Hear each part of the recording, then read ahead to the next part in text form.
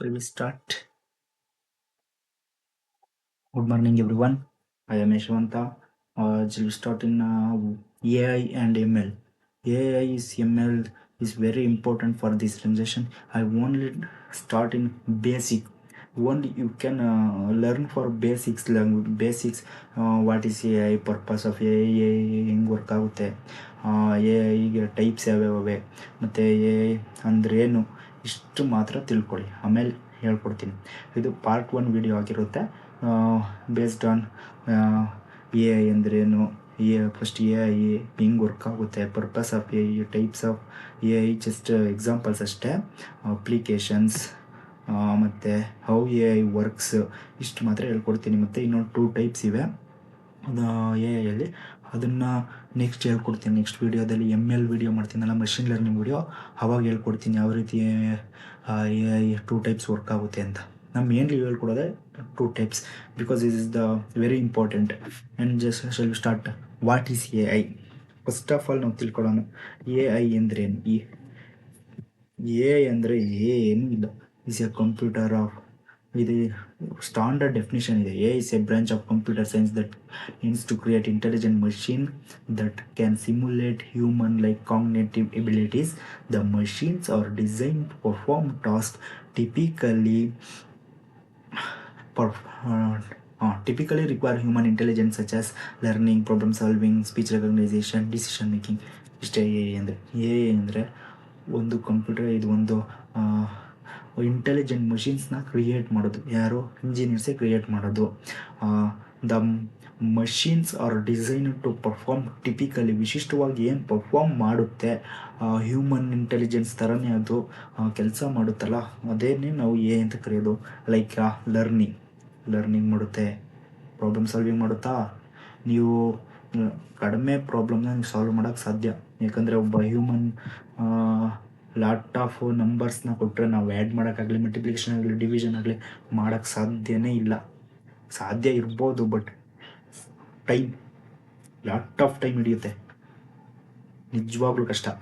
Speech recognise ಮಾಡುತ್ತೆ, decision making, prediction prediction ಮಾಡುತ್ತೆ.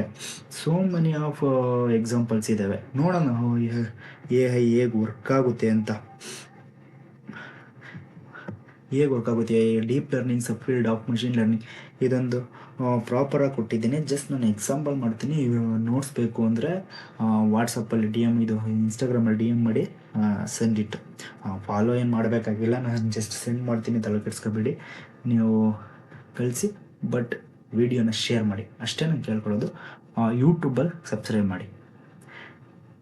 How AI works: by using algorithm, a large data sets to enable machine to learn, recognize pattern, to make direction or prediction without explicitly program.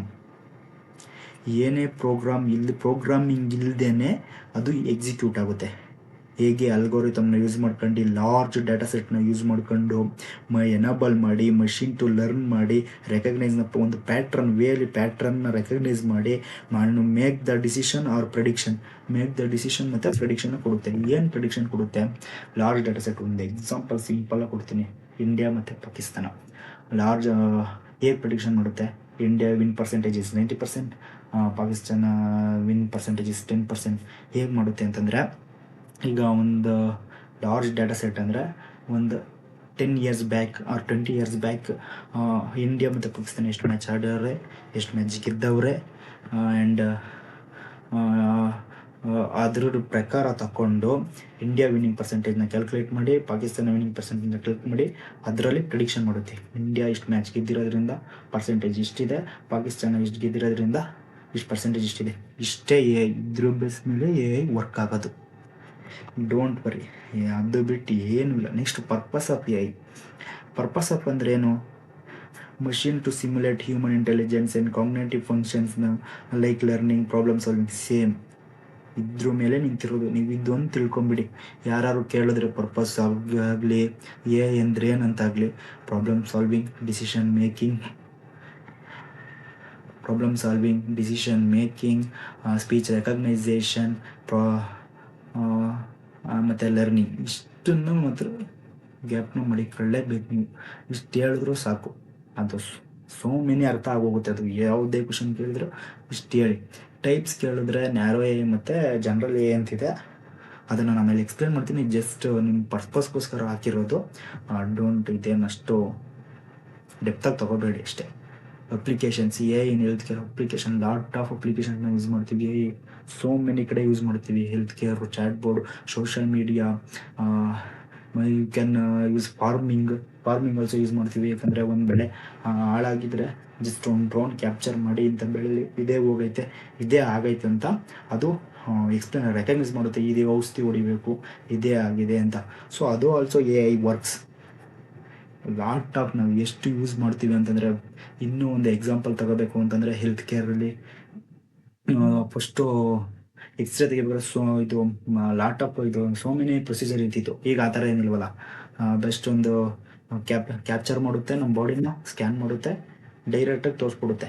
ನಿಮ್ಮ ಮೂಳೆ ಇಲ್ಲೇ fracture ಆಗೈತೆ, ಇಲ್ಲೇ ಆಗೈತೆ, ಇದಕ್ಕೆ ಹಿಂಗೆ ಮಾಡಬೇಕು ಅಂತ ಎಲ್ಲ ಅದೇ ತೋರಿಸುತ್ತೆ. ಅದನ್ನು ತೋರಿಸೋ ಹಾಗೆ ಮಾಡಿದ್ದಾರೆ ಇಂಜಿನಿಯರ್ಸ್.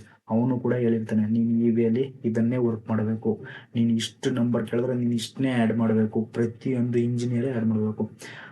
ಎಲ್ಲ ಕೂಡ ಇಂಜಿನಿಯರ್ಸ್ ಇನ್ಸ್ಟ್ರಕ್ಷನ್ ಕೊಟ್ಟಿರೋದ್ರಿಂದನೇ, ಫಸ್ಟ್ ಒಂದು ಪ್ರೋಗ್ರಾಮ್ ಮಾಡಿರೋದ್ರಿಂದನೇ ನೀನು ಈ ಥರ ಪರ್ಟಿಕ್ಯುಲರ್ ವರ್ಕ್ ಆಗಬೇಕು, ನೀನು ಇದೇ ಕ್ವಶನ್ ಕೇಳಿ ನೀನು ಇದೇ ಆನ್ಸರ್ ಮಾಡಬೇಕು ಅಂತ ಹೇಳಿರೋದ್ರಿಂದನೇ ಅದು ವರ್ಕ್ ಆಗ್ತಿರೋದು. And next, ethics of AI. ಏನು ಎಥಿಕ್ಸ್ ಆಫ್ AI ಅಂದರೆ, ಅಕೌಂಟಬಿಲಿಟಿ ಅಂತಿದೆ, ಪ್ರೈವಸಿ ಅಂತಿದೆ. ಏನು ಕೇರಸ್ ಬಾಯಸ್, ಡಾಟಾ ಎಥಿಕ್ಸ್ ಏನಿಲ್ಲ. ಒಂದು ಸಿಂಪಲ್ ಎಕ್ಸಾಂಪಲ್ ಕೊಟ್ಟಿರ್ತೀನಿ. ಪ್ರೈವಸಿ ಡಾಟಾ ಕನ್ವರ್ಟ್ ಮಾಡೋದು, ಅದು ಇದು ಮಾಡುತ್ತೆ. ಎಥಿಕ್ಸ್ ನಮ್ಮ ಪ್ರೈವಸಿನ ಕಾಪಾಡುತ್ತೆ. ಮತ್ತು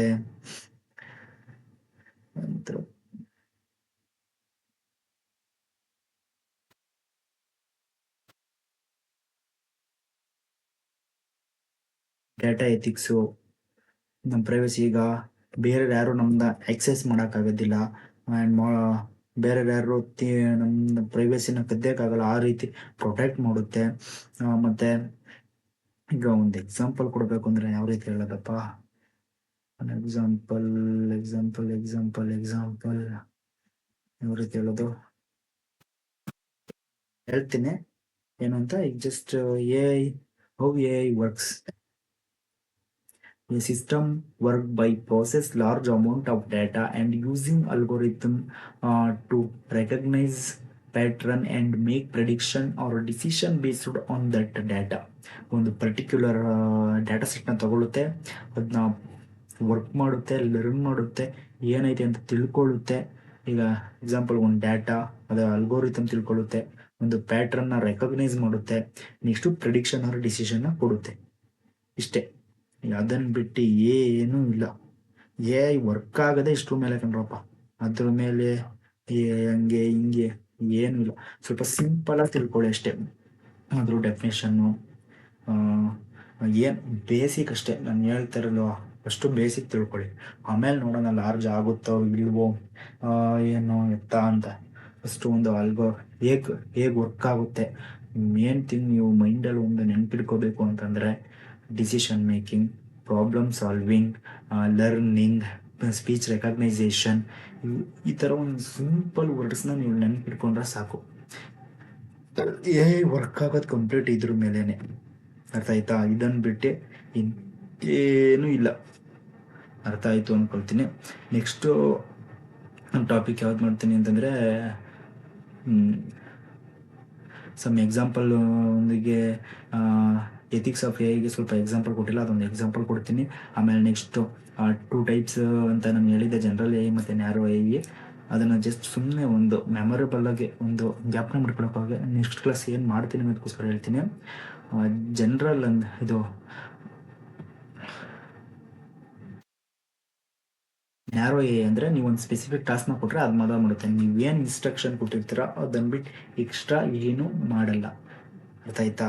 that is called as A narrow AI. Next one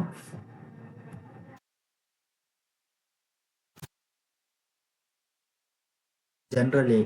ಏನು ಜನರಲ್ AI ಅಂದರೆ ಏನೂ ಇಲ್ಲ. ಜನರಲ್ AI ಅಂದರೆ ಹ್ಯೂಮನ್ ಥರ ಥಿಂಕ್ ಮಾಡೋದೇ ಜನರಲ್ AI. ಅರ್ಥ ಆಯ್ತಾ? ಹ್ಯೂಮನ್ ಹೇಗೆ ರೀತಿ ಥಿಂಕ್ ಮಾಡುತ್ತೆ ಅದು ಸಾಧ್ಯನೇ ಇಲ್ಲ ಯಾವುದೇ ಕಾರಣಕ್ಕೂ. ಹ್ಯೂಮನ್ ಯಾವ ಯೋಚನೆ ಮಾಡ್ತಾನೆ ಆ ರೀತಿ ಯೋಚನೆ ಮಾಡೋಂಗ್ಬಿಟ್ರೆ ತಿರ್ಗಿ ಏನು ಮಾಡೋಂಗೇ ಇಲ್ಲ ಅಷ್ಟೇ. ಆ ಥರ ರೋಬೋಟಿಕ್ಸ್ ಬಂದಿಲ್ಲ, ಬರೋದು ಇಲ್ಲ ನನ್ನ ಪ್ರಕಾರ. ಯಾಕಂದರೆ ಚಾನ್ಸೇ ಇಲ್ಲ. ನಿಮ್ಮ ಮೈಂಡಲ್ಲಿ ಏನು ಥಿಂಕ್ ಮಾಡ್ತಾ ಇದೀಯ ಅಂತ ಆ ರೀತಿ ರೋಬೋಟಿಕ್ಸ್ ಯೋಚನೆ ಮಾಡೋಕ್ಕಾಗುತ್ತಾ? ಚಾನ್ಸೇ ಇಲ್ಲ. ಮೂವಿಲಿ ಇರ್ಬೋದು, ಬಟ್ ರಿಯಲ್ ಲೈಫಲ್ಲಿ ಕಷ್ಟನೇ ಇದೆ. ಆ್ಯಂಡ್ ಯಾವುದೋ ಒಂದು ಟಾಪಿಕ್ ನಾವು ಎಥಿಕ್ಸ್ ಆಫ್ ಏನೂ ಇಲ್ಲ. ಪ್ರಿನ್ಸಿಪಲ್ ಗೈಡೆನ್ಸ್ ಒಂದು ವರ್ಕ್ ಆಗೋದೇ ಎಥಿಕ್ಸ್. ಒಂದು ಈಗ ನಮಗೊಂದು ಎಥಿಕ್ಸ್ ಇರಬೇಕು, ಒಂದು ಇದಿರಬೇಕು ಅಂತ ಹೇಳ್ತಾರಲ್ಲ, ಅದೇ ಥರನೇ ಇದಕ್ಕೂ concerns of moral principle guiding A I's development and use to ensure it benefits humanity, focusing on fairness, transparency, accountability, privacy, security and robustness. Key should include mindness. ಇಷ್ಟು ಮಾತ್ರ ಅದು ಒಂದು ಎಥಿಕಲ್ ವರ್ಕ್ ಆಗುತ್ತೆ. ಪ್ರೈವಸಿ ಆಗಿ, accountability ಆಗಿ, transparency ಆಗಿ, ಒಂದು proper ಗೈಡೆನ್ಸಲ್ಲಿ. ಈಗ ಒಂದು ಗೈಡೆನ್ಸಲ್ಲಿ ಹೇಗೆ ವರ್ಕ್ ಆಗುತ್ತೆ ಅದೇ ರೀತಿ ಅದಕ್ಕೂ ಒಂದು ಎಥಿಕ್ಸ್ ಇದೆ. ಇದೇ ಗೈಡೆನ್ಸಲ್ಲಿ ಅದು ವರ್ಕ್ ಆಗಬೇಕು, ಇದೇ ರೀತಿ ಮಾಡಬೇಕು. ಇದಿಷ್ಟು ಅಷ್ಟೇ ಎ ಐ. ಇದ್ರಲ್ಲಿ ಜಸ್ಟ್ ಎ ಐ ಅಂದರೆ ಎ ಐ ಟೈಪ್ಸ್ ಆಮೇಲೆ ಹೇಳ್ಕೊಡ್ತೀನಿ. ಯಾಕಂದರೆ ಜಸ್ಟ್ ಸ್ಲೈಡ್ಸ್ ಇಲ್ದಲ್ಲ ನಿಮ್ಗೆ ಹೇಳೋಕ್ಕಲ್ಲ. ಟೈಪ್ ಮಾಡಿದ್ದೆ, ಅದು ಎಲ್ಲೋಯ್ತೋ ಗೊತ್ತಿಲ್ಲ. Okay, so thank you for everyone. Please subscribe our YouTube channel and please support them. Thank you.